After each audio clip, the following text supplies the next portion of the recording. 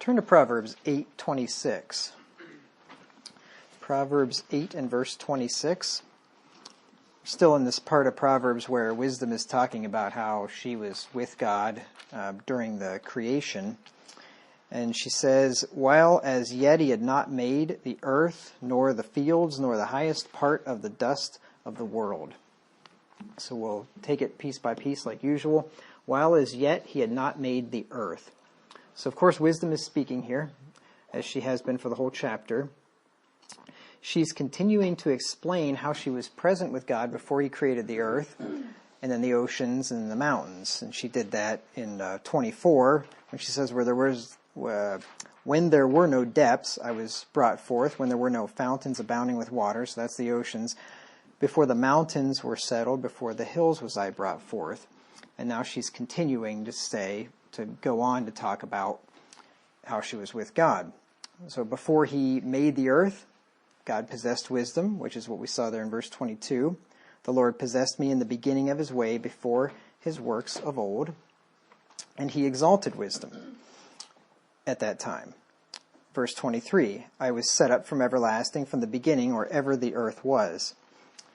It's interesting. I mentioned to you how people use this passage to try to prove eternal generation of the Son of God.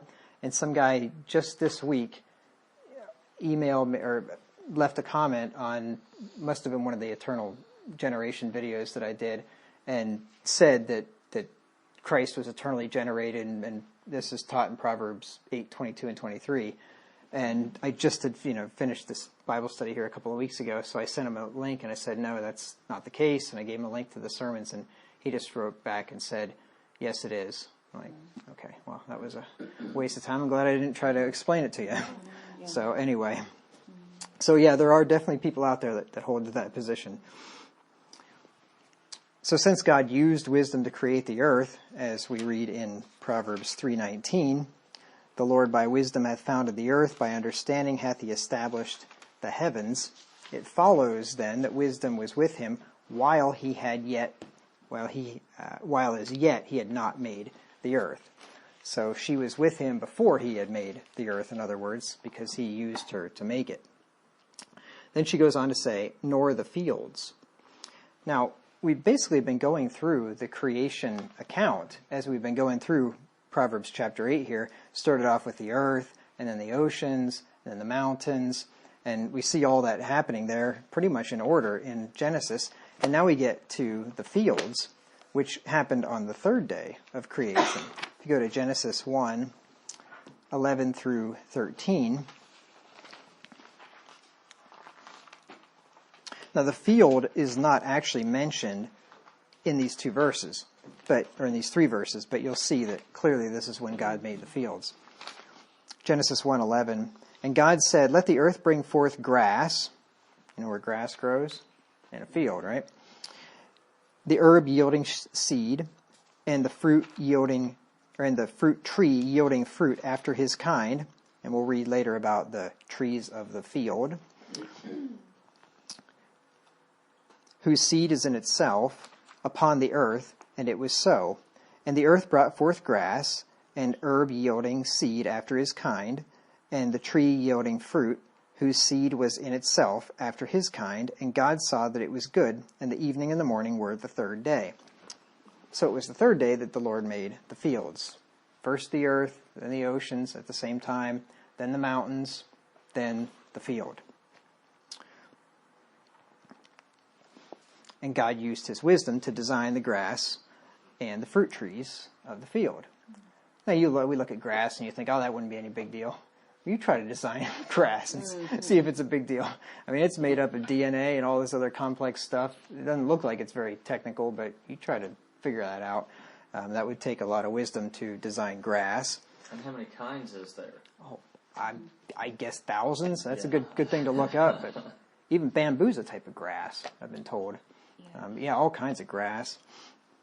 And of course the fruit trees. You got apple trees and orange trees and banana trees and who knows how many thousands of different fruit trees there are. That would take a lot of wisdom to come up with something like that. And the purpose of creating the fields to have the grass and the trees in was ultimately to feed man, feed beast and man. So you remember that wisdom is the choice of means to find the best end or to accomplish the best end. So the means here is the grass and the trees. The end is to feed the animals and feed man.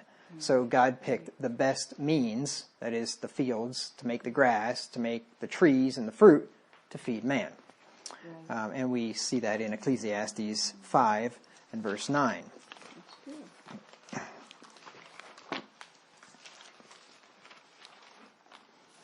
Ecclesiastes 5:9 says, "He that loveth..." No, that's not the right. That's 10. There we go. Verse 9. "Moreover, the profit of the earth is for all. The king himself is served by the field." So this is referring to the food that comes out of the field. Even the king, right? He's just as dependent on the field as any peasant, any slave, anybody is. And then the Lord gave instruction to Israel in Deuteronomy 20 and verse 19 that when they would besiege a city and to try to conquer it, that they were allowed to chop down the trees of the field outside the city to make bulwarks and to make, to use to get into the city. But they were not allowed to chop down the fruit trees because the fruit trees were for man's life. Deuteronomy 20, verse 19. It says, "When thou shalt besiege a city a long time, in making war against it to take it, thou shalt not destroy the trees thereof by forcing an axe against them, for thou mayest eat of them, and thou shalt not cut them down, for the tree of the field is man's life, to employ them in the siege." And he goes on to say that he can cut down the other trees in the next verse that aren't for meat, that is for food. But you see that little parenthetical clause there, for the tree of the field is man's life. That's how man is sustained, by the trees of the field. And, then the beasts are sustained by the grass of the field, which then man is sustained by. So really it was for their own benefit. I don't think the Lord was so much caring about the nation they were trying to conquer, but it was for their benefit. Don't chop down the apple trees. Eat the apples, right? Because you're going to need them when you're trying to besiege the city. It's not because he cared so much about the environment. No, because he let them chop the rest of them down. Yeah, trees are renewable, so the Lord's not too concerned about that. Though we're not just supposed to be wasting the earth and just chopping stuff down for no reason. I mean, that's just foolish. But yeah, there's nothing wrong with chopping trees down. Then wisdom goes on to say, "Nor the highest part of the dust of the world."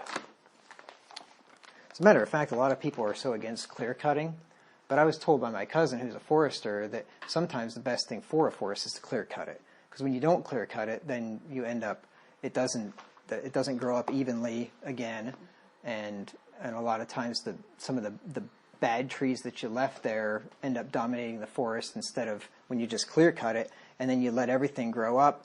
Naturally the best ones make it, and you end up with a lot healthier forest. It just looks ugly, but it's actually good for the forest to clear cut it.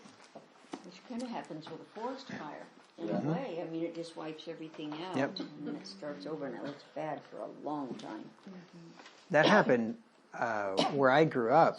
Pennsylvania is just thick hardwood forest, it's beautiful. Yeah, it's just trees like you haven't seen. Well, maybe you have, but very, very thick forest everywhere. I was just looking at the farm where the little farming community that I grew up in. I was looking at it on the satellite the other day, and it is just it's neat. I never thought about to look at it from the satellite, but it's like this whole, it's just nothing but forest. But there's this little round spot here of maybe 1,000 acres or something with 5 or 6 different farms, but just total forest, thick as can be everywhere else around it. And the whole countryside's like that. You'll see these little pockets, where you'll have fields that my great-grandparents cut them all down and used horses and dynamite and all that. But yeah, just nothing but woods out there. Oh, but what I was going to say is that I didn't know this, but I guess that whole area burned a long time ago, back in the 1800s, I think. Huge forest fire. And it was not hardwoods before that, but when it grew back hardwood. It was like, yeah, like mostly, I think, pine or hemlock or something before that. And then they said when it grew back hardwood. So, which is, yeah, I thought that was interesting. Okay, anyway, back to Proverbs 8 and verse 26. Wisdom says, "Nor the highest part of the dust of the world."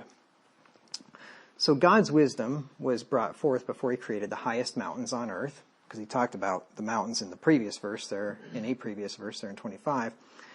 And even the very dust of the earth, from the deepest valleys to the top of the highest mountains, was created by God in his infinite wisdom. And you think, well, dust would be pretty easy to create. Well, look at dust under the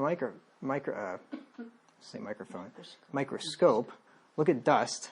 Get an electron microscope out, and you're going to see all kinds of amazing, complex things that you can't even comprehend in dust. Mm-hmm. It'd take a lot of wisdom to create dust, along with everything else that God created. Dust is earth, or other solid matter, in a minute and fine state of subdivision, so that the particles are small and light enough to be easily raised and carried in a cloud by the wind. Any substance comminuted or pulverized powder. So if you didn't know what dust is, you do now. A lot of dust comes from us, I've been told, from our skin flaking stuff off. And so anyway, when you get irritated with all that dust on your furniture, just know that's you on the furniture. It's a piece of you. I was blaming the gravel roads. That's probably part of it too. Now here's the interesting thing. Remember, wisdom is the choice of means to get to the end. Why did God create dust? I looked ahead. You looked ahead? Yeah. He created dust to make man. See, man, he had to really think about that. I got to make dust first so I can make man out of dust. Genesis 2 and verse 7.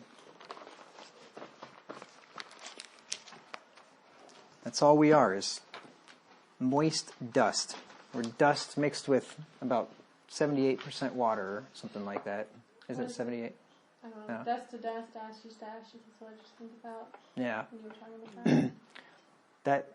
That saying is not actually in the Bible. Dust to dust is, Abraham said, "I'm dust and ashes," but the ashes to ashes is not. A lot of people think it is.